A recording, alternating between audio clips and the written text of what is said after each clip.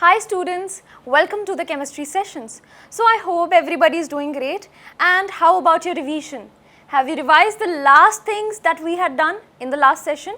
We had covered up some very important topics and along with some very important questions also, right? So we had already discussed some of the named reactions, including a very important reaction, that is the Gabriel Thalamide reaction. Remember that? Gabriel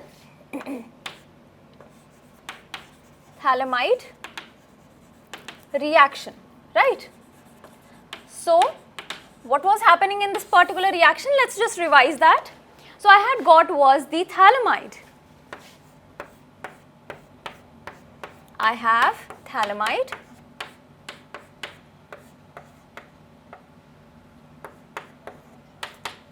Fine, and it's NH. In this, what do? We try to put is alcoholic KCN, right? That is the ethanolic solution of KCN, potassium cyanide. And I get is the replacement of this hydrogen and the attachment of the potassium. So there will be minus HCN, and finally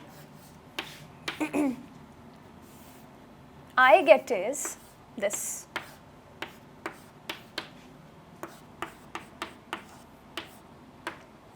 N negative, K positive. Fine. So I hope everybody is doing with me simultaneously. I am hoping that.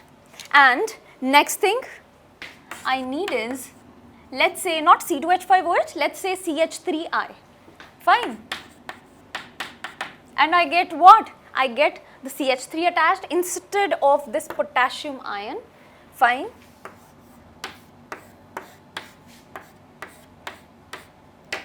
And it's like this.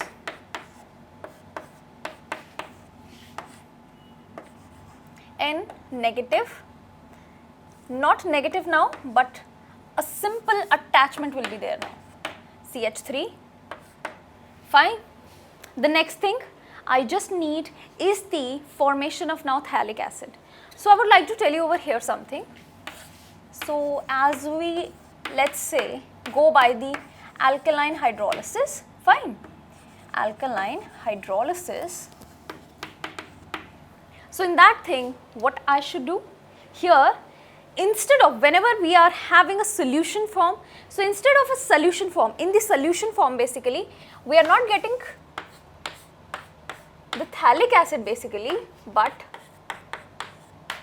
COONA, right? That is what we get, not the phthalic acid straight away. So since this is in the ionic form, it will be like something this.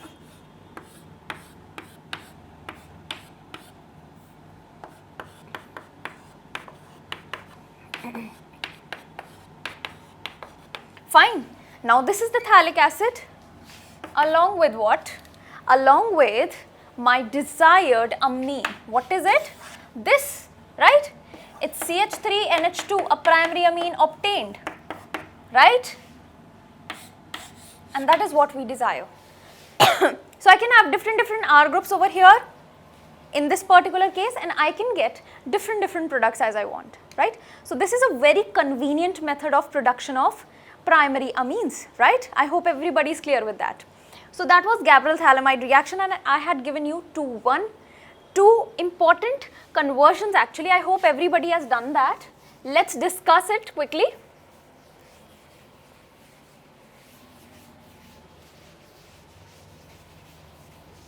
So basically I had given you one conversion from benzene to aniline, right? Benzene to aniline, right? So for that purpose, what you should do? Remember, we had converted the nitrobenzene into aniline by just one single step. So I just need to prepare the nitrobenzene to go on to the aniline. And how can I prepare nitrobenzene? It is very simple. It's just the nitration of benzene, right? So that is how the pathway will be. I've got this benzene. I just have to add the nitrating mixture. What is that? concentrated H2SO4 along with conc HNO3. That is what the nitrating mixture is. And what do I get? I get is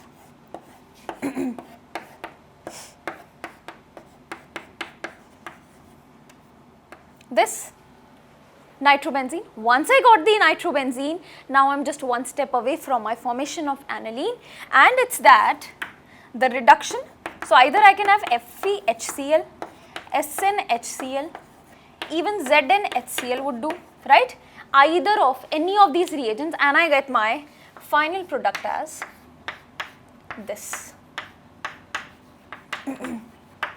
This is what? Aniline. Clear with the idea? So I hope everybody has got this, and you must have done different kind of conversions, right? So wherever you are having confusion, you can always reach out to me, right? I'll be there to solve a query. And I'm not saying that this is the only method for the preparation of benzene to aniline. I say that this is the most shortest possible method. And there can be other methods also for the preparation, for the conversion of the same, right? So I'm not saying strictly that this is the only method.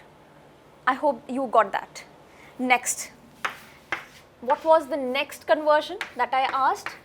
Again, benzene to, it was NN-dimethyl benzenamine. What is that? This, right? So how can you do that? So it's a very simple method again. We have to just perform again a similar kind of a procedure, reach out to the NH2, and finally then we can have our conversions, such conversions, right? So I'm just giving you a hint over here. Benzene 2, I'm performing again the nitration. What will happen? I get is what? I get here NO2, and NO2 got converted into aniline by what? Reduction process. Now once I get the aniline, now I'm just a little step away from it. Now how can I get this? You see, it's what? It's a tertiary amine basically. It's a tertiary amine. And what was that reaction in which we had prepared the tertiary amine? Do you remember that? So it was actually Hofmann ammonolysis, remember? So in that reaction I get is the mixture of different primary, secondary, tertiary and even quaternary amines, right? So that is what we get. And here also in this particular reaction, once I get the aniline, okay, I can do it here as well because it's one and the same process. So once I get the aniline, what do I am left with? I am just left with, I need to attach these CH3s. So I can have, remember we had to take the alkyl halide, right, along with ammonia. So that is the only case over here as well. Here I need what? I need approximately 2 moles of this particular compound. Why 2 moles? Because after the replacement of these 2 hydrogens, due to the presence of these 2 moles, I will be getting my answer.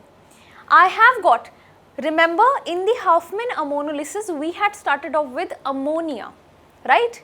We had not started off with the primary amine itself. So one step has been reduced here. Already we are getting is primary amine. I just need 2 steps more to reach out to the tertiary one. So that is why I am just taking 2 moles, right? It is 2 moles. And a little bit of heating will do. Along with, I can say, I will be needing some ammonia as well. Fine. And I get is my desired product. And remember, in the conversions, you need to do what? In the examination, you do not have to perform the entire mechanism while writing the conversion, right? Just write the ingredients of that reaction, the reactants of that reaction, and it will do your work, right? On the arrow, use one single arrow to represent all the steps, to represent all the reactants which are taken in that reaction, and that's it. You do not have to show the mechanism. Don't go into the detail because mechanism will not anyway be increasing your marks. Fine. So I hope everybody has cleared out with the conversions. So that was it under the category of the preparatory methods of basically the amines, right, which we have covered up. Now, as per the topic written over here, that is the physical properties of amines, we'll be discussing what? Again, the physical properties, and that too here. One is the boiling point that we always discuss. Second is the solubility that we always discuss. So we'll be discussing this in the case of amines as well. Let's try out. So first and foremost physical property, it's the boiling point.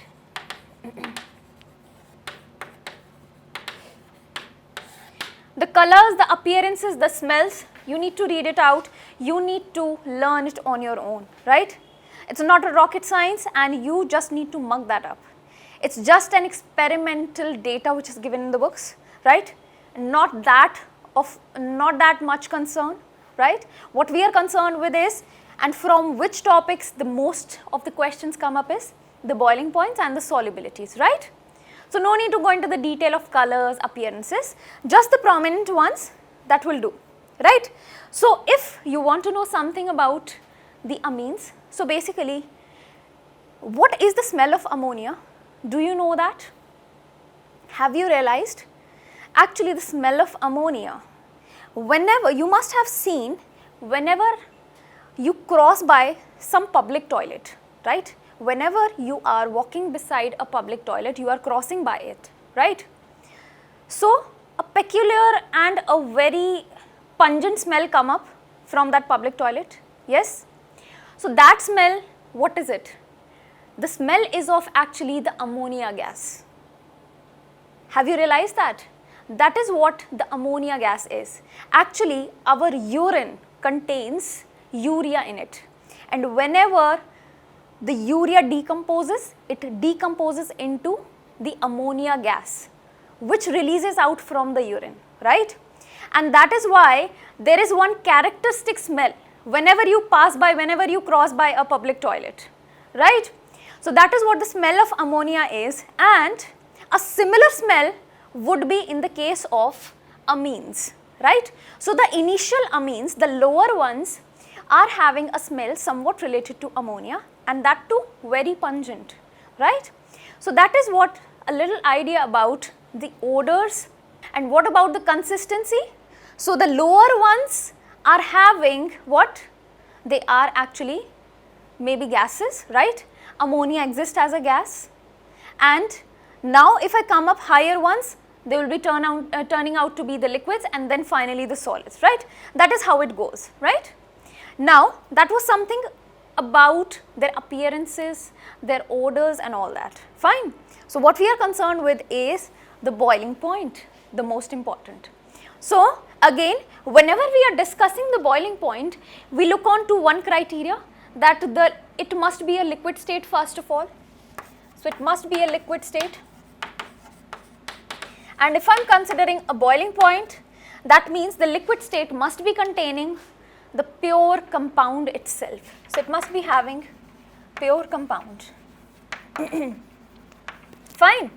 Now since it is having just the pure compound, only the molecules of amines will be present in that. Fine. Now I need to find out the boiling point.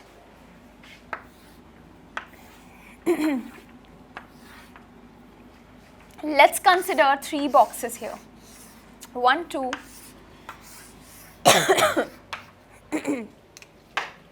One box is containing primary amine. This box is containing secondary amine, and this box is containing the tertiary amine. Fine. Let's make up the molecules here. So the primary amine, RNH2, it's like RNH2 and NH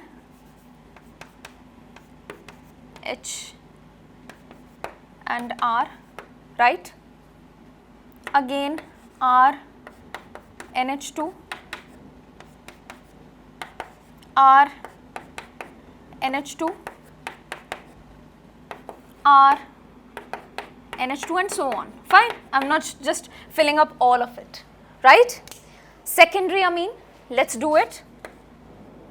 It's R, R and H.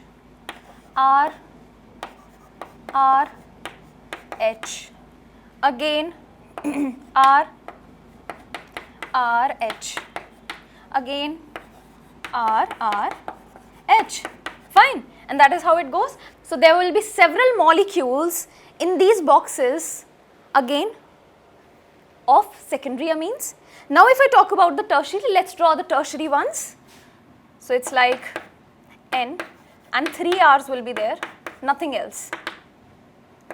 R, R and R, fine. R, R and R, that's it. So I'm drawing just 3 over here. Now let's try to have the bondings in between. What do you see here? There is an electronegative atom, you see, nitrogen, connected with hydrogen. It can get connected to the adjacent hydrogens, the nitrogen I am talking about. So what is it? H bonding? Yes? Yes? The conditions have been fulfilled. So how can I make the H bonds here?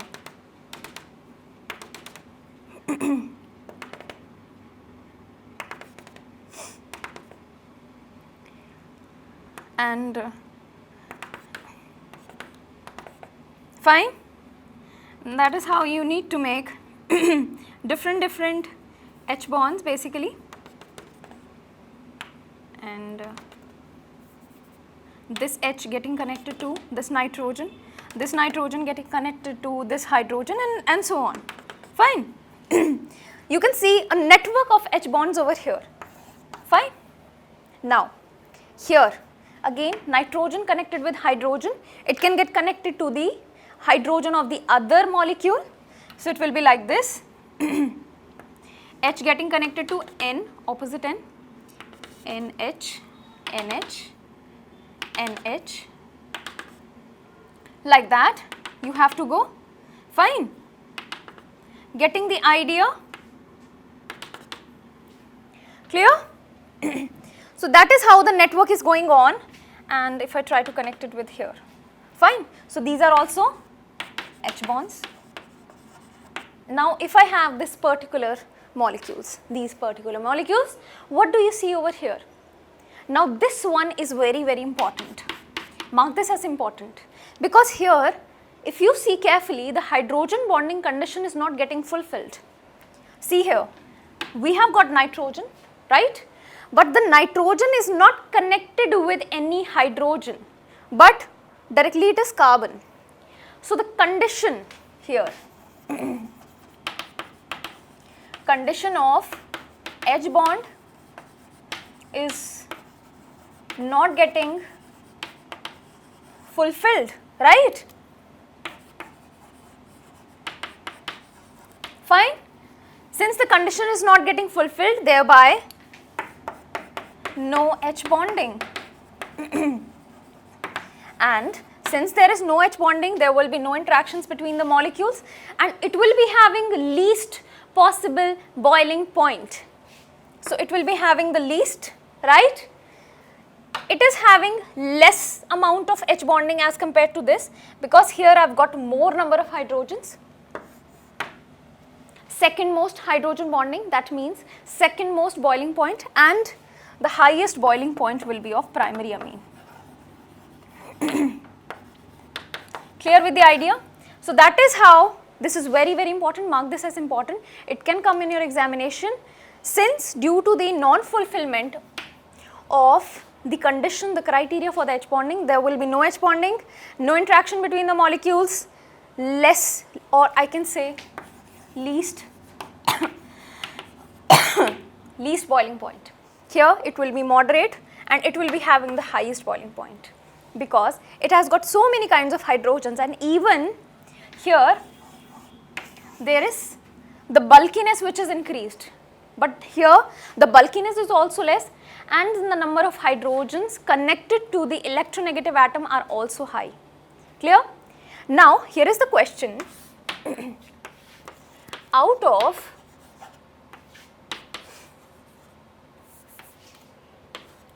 CH3 COOH, and CH3, CH2, NH2. What is this? One is CH3COOH, that is the acetic acid, and one is what? This is amine. So out of the two, which has more boiling point? Which has more boiling point? Can you judge? So it's very simple. So we had already discussed that the carboxylic acid is the king of all the functional groups. It has got the best boiling point, the highest boiling point out of all, right? How can I justify that? What is the reason behind? I say that this is having the highest boiling point. Why? Because here electronegativity of O is more than electronegativity of NHN, right? Since the electronegativity of O is more, the hydrogen bonds will be very strong, right? Fine. So that is what the reason behind more boiling point of acetic acid is. Clear with the idea? I hope everybody is clear with it. So that was the boiling point and it is done completely. We are left with the solubility now. Let's talk about the solubility quickly.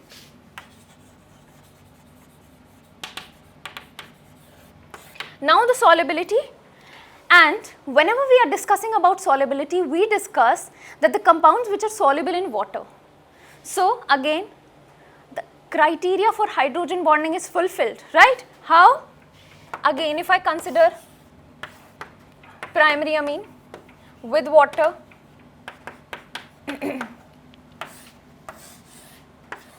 secondary amine with water, and tertiary amine with water. Now you must be thinking that tertiary amine will not be involved in the H bonding. It is not like that. It will be involved in the H bonding. Let's see. So here I'm just drawing one representation only. So it has got a CH3, let's say, not CH3, let's take up a general one, R. NH2, right? And I've got is, okay, O, right? This is a water molecule. How can I connect the two?